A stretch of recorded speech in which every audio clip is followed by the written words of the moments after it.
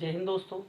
आइए आज हम लोग पॉलिटी पढ़ने के क्रम में संसद को पढ़ रहे थे। लगभग 2-3 क्लासेस हम लोगों की संसद की हो चुकी हैं। आज हम देखेंगे कि जो संसद की कार्यवाही है वो कैसे चलती है और कैसे नियम कानून बनाए जाते हैं, कौन कौन से प्रश्न होते हैं, जो प्रश्नों के प्रकार हैं, जैसे तारांकित प्रश्न है, अतारांकित प्रश्न है, अल्प सूचना के प्रश्न हैं। इन सब के बारे में एक एक चीज़ हम लोग पढ़ेंगे। आप लोग विचार करिए कि जो संसद का सत्र चलता है तो ऐसे नहीं चलता है कि कोई भी आया कहीं से उठ के प्रश्न पूछने लगा। उसके लिए नियम कानून बनाए जाते हैं, सारे सदस्य बैठे होते हैं, पीठासीन जो अधिकारी होते हैं वो सबको मौका देते हैं बोलने के लिए, और कहा जाता है कि आपके जो सवाल है या आपके क्षेत्र की जो समस्याएं हैं या वर्तमान समय में कोई समस्या है तो उसके समाधान के लिए अगर सरकार से आप कुछ पूछना चाहते हैं या सत्ता पक्ष से कुछ पूछना चाहते हैं तो सबको मौका मिलता है। और उसके लिए नियम बनाए गए हैं, उसके लिए टाइम बनाया गया है, जिसे कहा जाता है प्रश्नकाल। प्रश्नकाल में विपक्ष जो होता है या कोई मंत्री, चाहे वो संसद का सदस्य है या गैर सदस्य है, जो मंत्री है अथवा तो गैर मंत्री है, उन सबको मौका मिलता है प्रश्न पूछने का सरकार से। तो उसी को जो है प्रश्नकाल का टाइम डिसाइड किया गया है। वो कब शुरू होता है तो संसद का जो पहला घंटा होता है, जैसे संसद स्टार्ट होती है तो उसका जो पहला घंटा होता है वो प्रश्नकाल का घंटा होता है। एग्जाम में क्वेश्चन पूछा गया, संसद का पहला घंटा जो होता है वो प्रश्नकाल कहलाता है। इसमें जो है प्रश्न पूछे जाते हैं, मंत्री या फिर गैर मंत्री प्रश्न पूछते हैं सरकार से, और सरकार जो है विपक्ष से जो है कुछ प्रश्न पूछते हैं, विपक्ष जो है सरकार से प्रश्न पूछती है, और ऐसे ही कार्यवाही स्टार्ट होती है। प्रश्नों के जो प्रकार हैं वो 3 प्रकार हैं। कौन कौन से हैं? तारांकित प्रश्न, अतारांकित प्रश्न, अल्प सूचना के प्रश्न। क्या होता है ये, किस कंडीशन में ये प्रश्न पूछे जाते हैं और क्या प्रावधान किए गए हैं? जब संसद का सत्र चल रहा होता है उसमें कोई जो है सदस्य प्रश्न पूछता है 3 तरीके से, तारांकित, अतारांकित, अल्प सूचना के प्रश्न। जो तारांकित प्रश्न है उसके जो उत्तर दिए जाते हैं वो मौखिक रूप से दिए जाते हैं। कैसे दिए जाते हैं? मौखिक रूप से दिए जाते हैं।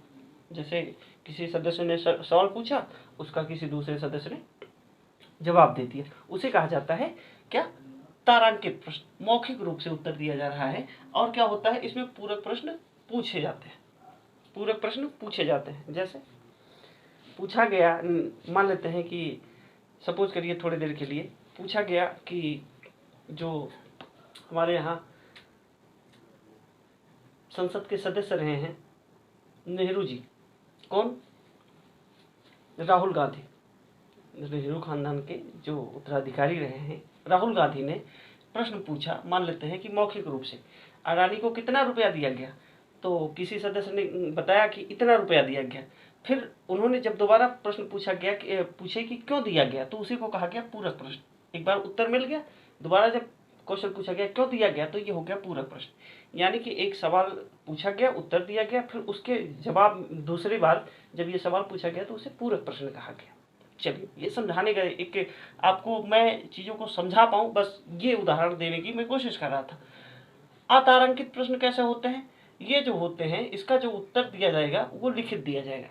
कोई व्यक्ति लिख के जो है उत्तर देगा और उसका पूरक प्रश्न उसमें नहीं पूछा जाएगा। भाई चांस ही नहीं होते हैं। जैसे कोई व्यक्ति पूछ ले कि बताइए कि दिल्ली सल्तनत में जो क्रम से जो शासक हुए हैं या जो दिल्ली सल्तनत में जो चला है कार्यकाल लोगों का, वो कितने शासकों का चला है? तो आप बताएंगे जो वंश चले हैं, गुलाम वंश, खिलजी वंश, तुगलक वंश, सैयद वंश और लोधी वंश, इतना कह के आप निकल गए, लिखित रूप में देखे। अब वहाँ पे कोई पूरक प्रश्न थोड़ी पूछेगा कि आपसे बुला के कि फिर से लिख के दीजिए, तो उसे कहा जाता है कि पूरक प्रश्न नहीं पूछा गया, नहीं पूछ सकते।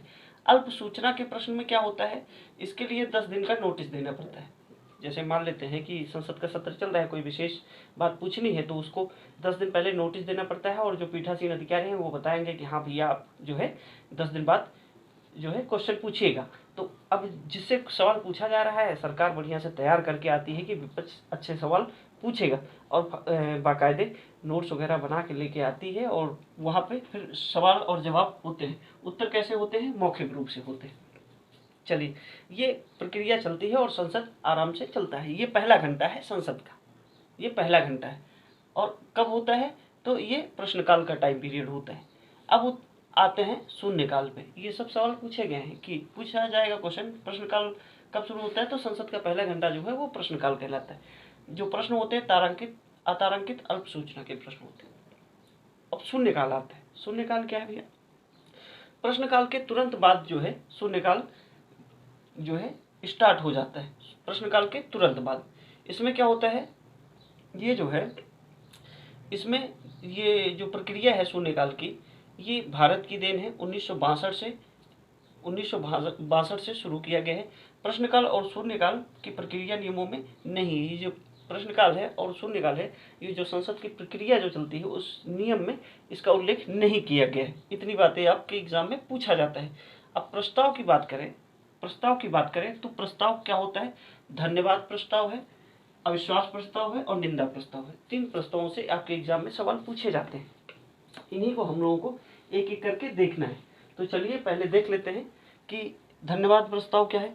धन्यवाद प्रस्ताव में बताया जाता है कि राष्ट्रपति का अभिभाषण होता है प्रत्येक आम चुनाव के पहले। हर 5 साल में चुनाव होता है।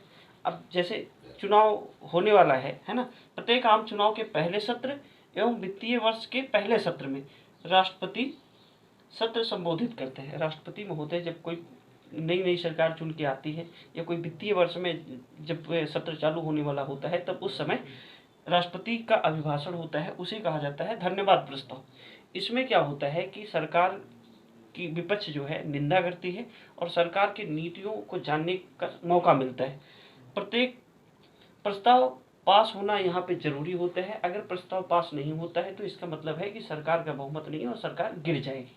इतनी बातें आप ध्यान दीजिएगा। धन्यवाद प्रस्ताव पे क्या होता है? राष्ट्रपति का अभिभाषण होता है। अगर ये पास नहीं होता है तो सरकार गिर जाएगी। इतनी बातें आप ध्यान दीजिएगा। धन्यवाद प्रस्ताव अभी जो चल रहा था उसी में ही तो इन्होंने पूछा था कि अडानी के विषय में जो बातें हुई थी, तो यहीं पे ये चीजें हुई थी, जो रायता फैला था। चलिए अब देख लेते हैं अविश्वास प्रस्ताव और निंदा प्रस्ताव। अविश्वास प्रस्ताव और निंदा प्रस्ताव, यहाँ से एग्जाम में क्वेश्चन पूछे जाते हैं। क्या होता है अविश्वास प्रस्ताव? अविश्वास प्रस्ताव का मतलब ये है कि ये विपक्ष लेके आती है संसद सत्र में, और अगर ये पास हो जाता है तो सरकार गिर जाती है। अविश्वास प्रस्ताव कौन लेके आएगा? तो विपक्ष लेके आएगी। और विश्वास प्रस्ताव कौन लेके आएगा? तो सत्ता पक्ष लेके आएगी। कहाँ रखा जाएगा? अविश्वास प्रस्ताव और विश्वास प्रस्ताव दोनों लोकसभा में रखी जाएगी। अगर आप बहुमत हासिल है आपका, तो आप विश्वास है, राष्ट्रपति के विश्वास पात्र है, और राष्ट्रपति अगर जो है आपको कहता है कि आपका बहुमत है, तो आप जो है सत्ता में बने रहेंगे। यही चीज यहाँ कहा जा रहा है। तो अविश्वास प्रस्ताव कहाँ लाया जाता है? लोकसभा में। निंदा प्रस्ताव, दोनों को हम कंपैरिजन करेंगे। निंदा प्रस्ताव कहाँ लाया जाता है? ये भी लोकसभा में लाया जाता है। अविश्वास प्रस्ताव पूरे मंत्रिपरिषद के विरुद्ध लाया जा सकता है, और निंदा प्रस्ताव एक मंत्री या पूरे मंत्रिपरिषद के विरुद्ध लाया जाता है। लोकसभा में विश्वास निर्धारण हेतु अविश्वास प्रस्ताव कब लाया जाता है? लोकसभा में किसी व्यक्ति को या सरकार को कहा जाता है कि अविश्वास, जो अविश्वास प्रस्ताव है या विश्वास प्रस्ताव है, 2 चीजें क्लियर रखें। एक होता है विश्वास प्रस्ताव, एक होता है अविश्वास प्रस्ताव।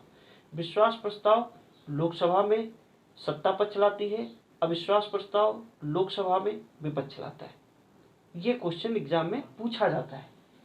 चलिए, तो अविश्वास प्रस्ताव लाए, एक जो है मंत्री के विरुद्ध क्या लाया जाएगा? निंदा प्रस्ताव। लेकिन अविश्वास प्रस्ताव पूरे मंत्रिपरिषद के विरुद्ध लाया जाएगा।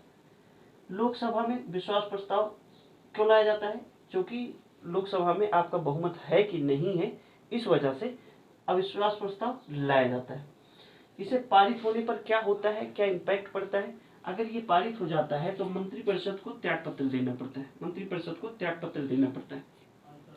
अविश्वास प्रस्ताव लाता कौन है? विपक्ष लाता है। कितने सदस्य? कम से कम अगर 50 सदस्य, कम से कम 50 सदस्य विपक्ष के ये निश्चित करें कि मंत्रिपरिषद के विरुद्ध अविश्वास प्रस्ताव लाना है, तभी ये लाया जा सकता है। एकदम क्लियर रखिएगा। कितने सदस्य? 50 सदस्य कम से कम होने चाहिए, तब विपक्ष लेके आएगा अविश्वास प्रस्ताव। और निंदा प्रस्ताव में ये जो है मंत्रिपरिषद का त्याग पत्र देना आवश्यक नहीं होता है। ये सब एग्जाम में क्वेश्चन पूछे गए। तो हमने देख लिया तारांकित प्रश्न, अतारांकित प्रश्न, अल्प सूचना का प्रश्न, शून्यकाल क्या होता है, प्रस्ताव में धन्यवाद प्रस्ताव, निंदा प्रस्ताव, उसके बाद अविश्वास प्रस्ताव। इन 3-4 टॉपिक से एग्जाम में क्वेश्चन पूछे जाते हैं। हम उम्मीद करते हैं कि हम आपको चीज़ें समझा पाए हैं। अब ये संसद का सत्र चल रहा है, ये चीज़ें समय समय पे होती रहती हैं और संसद लगातार चल रहा है। अब आगे हम देखेंगे जो बजट सत्र है उसमें कुछ विशेष टॉपिक पे चर्चा होगी और हम देखेंगे कि कैसे बजट पास होता है, या फिर कोई विधेयक है चाहे वो वित्त विधेयक हो या धन विधेयक हो, उसको कैसे पास किया जाता है और लोकसभा में उसका क्या महत्व है और लोकसभा के अध्यक्ष का क्या उसमें इंपॉर्टेंस है, उसके बारे में हम एक एक करके देखेंगे। चलिए आज इतना ही रखेंगे, मिलेंगे अगली क्लास में, तब तक के लिए जय हिंद।